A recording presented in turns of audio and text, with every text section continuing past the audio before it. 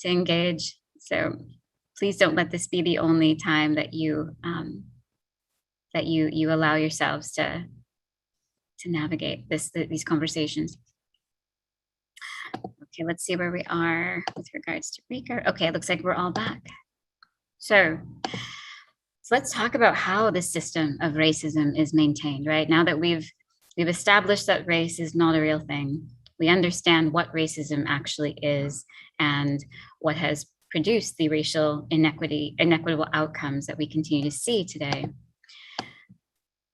How racism is maintained are typically through the following: colorblindness, revisionist history, internalized racism, victim shaming and blaming, and solely focusing on individual versus institutional outcomes, and white fragility.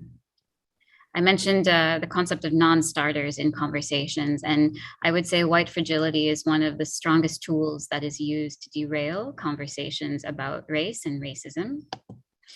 This term was coined by Dr. Robin DiAngelo, and she defines it as a state in which even a minimum amount of racial stress becomes intolerable, triggering a range of defensive moves. I'm going to let Dr. Robin DiAngelo expand on this a bit more in her own language. To be white in so many ways is to be raised, to be functionally illiterate on the topic of race. I am white, and part of being white is that I was not raised to see myself in racial terms. I mean, I understood that somebody had race, but not really me. To be white is to see oneself outside of race, to see oneself as a unique, special individual, exempt from the forces of socialization.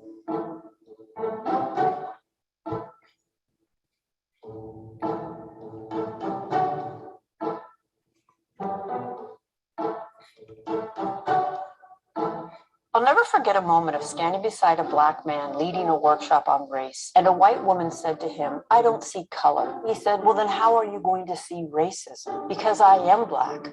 I do think you know that, and I have a different experience than you do. And you're not going to be able to understand that, and you're not going to be able to support the parts of that experience that are really painful and problematic if you refuse to acknowledge my reality." I don't see color is really a way of saying I refuse to acknowledge your reality. What's important about that narrative is it reveals what the person thinks racism is. So if the person is using proximity, fondness across race as evidence of a lack of racism, in order for that to be good evidence, a racist must not be able to do that. So that rests on an understanding that a racist cannot tolerate proximity to people of color. And I'm hoping that we can see that's pretty absurd, because trust me, even avowed racists can tolerate being around people of color, and often are. You cannot talk about any other issue without talking about how race informs that issue. And when someone says it's about class, that tends to function as a way to get race off the table.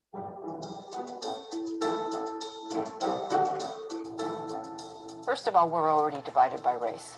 And focusing on race is not what did it. I would say not focusing on race, refusing to grapple with how race shapes virtually everything is what keeps us divided. And that is a very white narrative. All of those narratives function to get race off the table, close the exploration, exempt the person from any further engagement, and protect the racial hierarchy and the white position with it, which is an unequal hierarchy. The challenge I want to offer my fellow white people is changing the question from if to how. So dominant culture asks, if I'm racist. And I want to change that question to how have I been shaped by the forces of racism? How is racism manifesting in my life? Because it circulates 24/7, 365. None of us can be, and none of us were exempt from its forces. And this is where individualism can come in. I have a particular story, but that story didn't exempt me. And so I can ask myself, how did all the things I see as unique about me set me up into the overall racist structure? Because it did.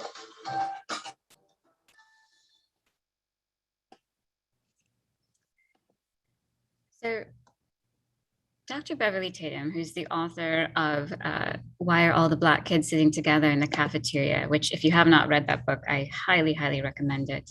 Even if you don't work with children, it actually gives a lot of great insight into race dynamics, even in the workplace.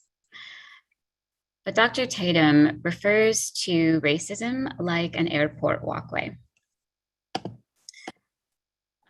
Could I have a volunteer read the definition, the illustration that Dr. Tatum gives us about active racism?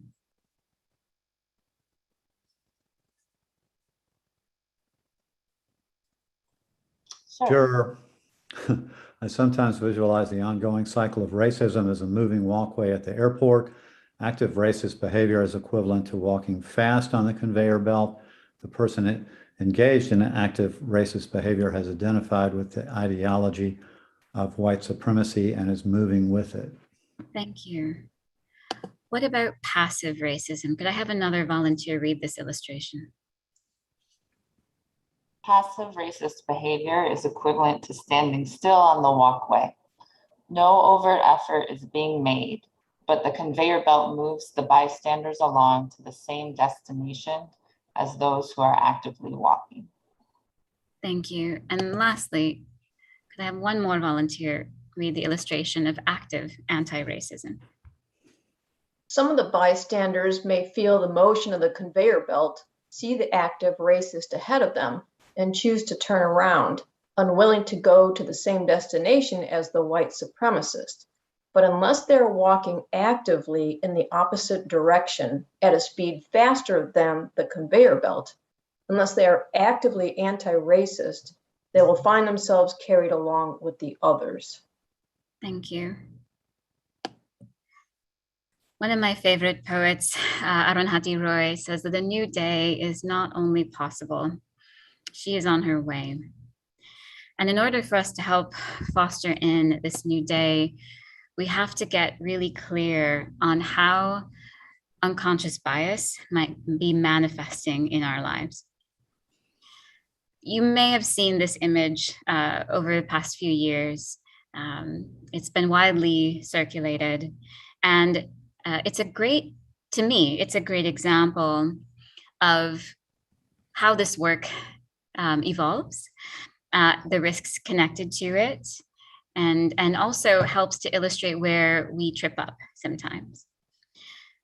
So the artist who created this image was intending to help illustrate the differences between equality and equity. And it's always challenging to be the first, right, to do something, because hindsight is 2020. And of course, once you put a product out there, it's out there for critique. But that shouldn't stop us nonetheless from continuing along our journey. Now, some of you may think that my concerns with this image is that all of the children appear to be male, white, that there's a fence in the way, and all of those things merit their own conversation, which we won't get into today. But the one thing I'd like to draw your attention to is that this image illustrates for us what the artist thinks the rationale is for equity. It illustrates what the author believes to be the cause of why we need equity, which is also indicative of the misunderstanding that many of us hold around why we need equity. You can see here that someone else tried to fix it. And again, it shows that none of us are absolved from the social conditioning, right, that we are operating within, because the same problem still exists here in these images. My concern with these images is that it perpetuates the notion that the reason we need equity is that some of us are just not as capable as others.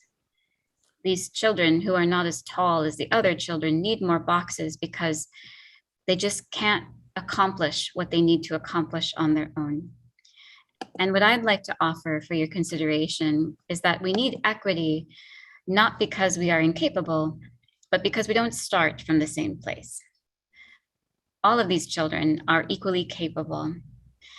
And it's this type of mindset that leads us into thought processes such as, Well, of course, we need to have a quota for how many women we promote. They would never be able to achieve that sort of success on their own. Or, of course, we need to have scholarships for Black and Brown children to get into Ivy League schools.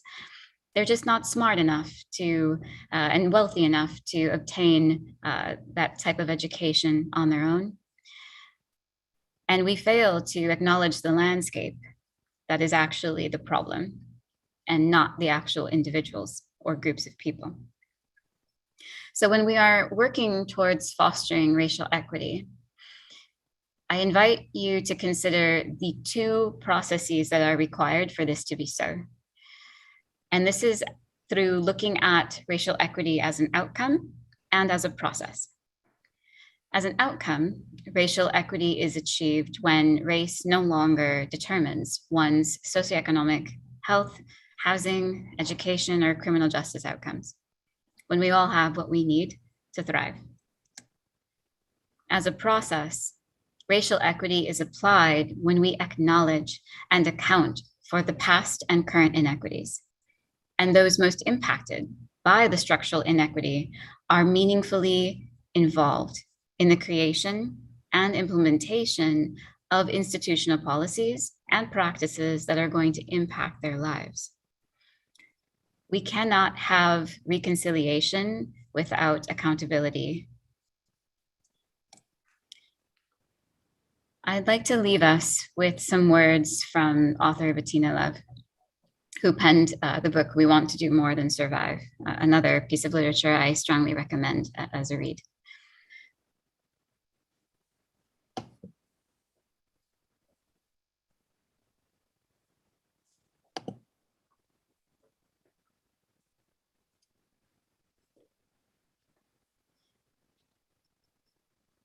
I also recommend, if you can find the time, to view the full recording of this interview, as it is very well done. Mm-hmm. And can you break down for us this difference between an ally and a co-conspirator? Yeah, so I bet you can. So, the book is about like this idea of abolitionist teaching, right? And so shout out to upstate New York. I'm from upstate New York. We don't like New Yorkers, but that's okay. When you from upstate New York, like, where you from? I'm from upstate. Queens? No. Brooklyn? No. All upstate New York, Rochester, New York, 90 miles from Canada, right? And so, so we had abolitionists in upstate New York. That's where I grew up. And the one thing about an abolitionist had to be a co-conspirator. I mean, I want y'all for a second to just think about the Underground Railroad. The Underground Railroad freed over 100,000 enslaved Africans and Black folks, right? Think about this. There was no Twitter. There was no Facebook. There was no Instagram. This was all off trust and love of each other. And to say that this system of racism and bondage, no more. Yeah. We did that. It was everyday people. Farmers, bankers, doctors, teachers, nurses, all ethnicities. We did that as a country. Someone came to your door, gave you a code, you just had to trust them. And so I wanted to bring that back. What would it mean for us in 2019 to think about what it would mean to be an abolitionist and to be a co-conspirator? And in the book, I use James Tyson. Now, many people are not familiar with who James Tyson is. You know Bree Newsom. Bree Newsom was the young Black woman who took that Confederate flag down in South Carolina 8 days after Dylann Roof went into the AME church. And I tell the story in the book because I think this is an important story because Bree Newsom and James Tyson did not know each other. There were some folks who got together and said that flag is coming down. They said, and a Black woman's going to take it down. They taught Bree how to climb. They had Bree's bail money ready. And that morning, Bree Newsom and James Tyson were at an IHOP. They got the word, come take the flag down. Bree Newsom climbs up on the pole to take the flag down. Now, this is where the difference between an ally and a co-conspirator is. James Tyson, now there's a gate for the flagpole. James Tyson isn't standing like outside the gate. Okay, like, Bree, they coming, Bree. Hey, Bree. No, James Tyson, he is inside. And then the police say, you know what? We can get her down. Tase the pole. James Tyson, because he wasn't here, he was here, said, okay, put his hand on the pole. That white man at that moment understood why he was there. He put his hand on the pole, and he knew that the police would not tase that pole with a white man, healthy white man, right there. He saved her life. That's what it means to be an ally. You can stand out there, and allies know all the language. They read all the books. They come to the meeting with all the terms. Right? They read the report before you read the report. Make black folks feel bad. Like, did you read the new Ta-Nehisi Coates book?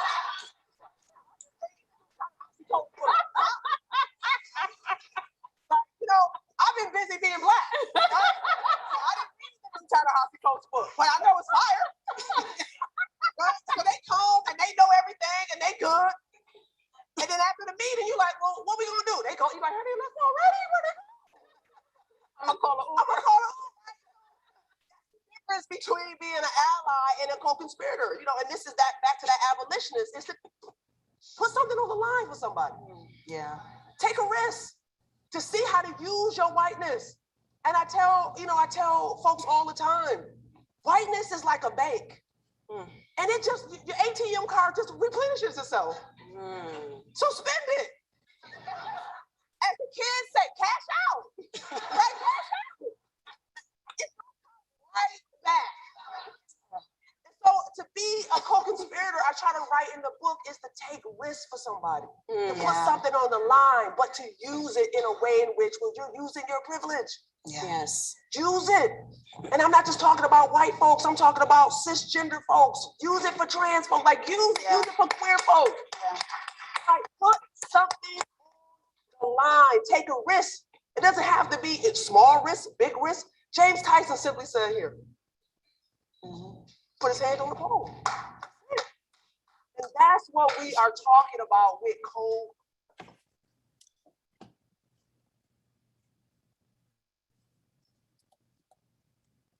Oops, sorry, friends, trying to escape out of here. Dr. Love gives us a definition. Can you identify a co-conspirator that you've had in your work?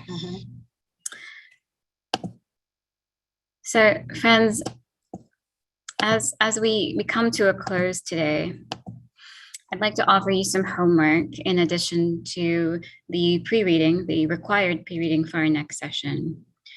And that is that I'd like you to spend some time considering your identities, behaviors, mindsets, and the spaces and positions of power you occupy, not only in your professional sphere, but in your personal life. And think about how you might be able to work towards racial equity in both of those spaces, your personal and professional life. Allow yourself to consider what existing behaviors or mindsets might merit a bit more examination. Now, when we come back together for our next session in 2022, we will be discussing the foundations of internalized racism. This will require some spaciousness in advance to process the pre-readings so that you will be ready to join us during that course, which I hope you will. Each of these courses do build upon one another, so you will need to either participate live or review the recordings prior to joining the next session. This particular course is our most content heavy and least interactive. Moving forward, there will be substantial interaction and breakout spaces, inclusive of racial caucusing. So I invite you to be aware of that, become prepared for that. These are not pre-readings that you will be able to skim. You deserve to give yourself the gift of spaciousness. I did see in the chat that there was a question about reverse racism. That is a concept, an oxymoron that we will be exploring in our next session together. With that, friends, I am going to turn it back over to our host with Chicago Wilderness Alliance. I want to offer my deep gratitude for your participation today. And I look forward to seeing you all at our next session together. So thank you.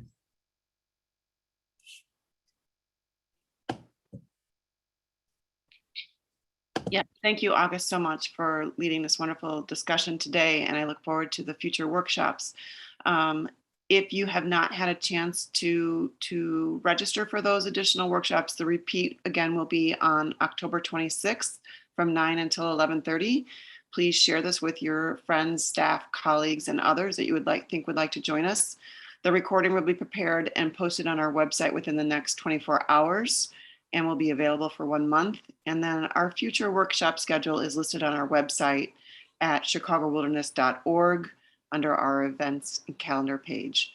Thank you again to IDNR, Urban and Community Forestry, for supporting this work today. And I did put some more information about their work in our chat. Thank you so much. Oh, and one more thing. If you are not currently receiving information from Chicago Wilderness and you would like to, please send me an email at laura.rileycw@gmail.com with your name and your organization and your email, and I will add you to our mailing list. Thank you so much. Thank you, everyone. We'll see you soon.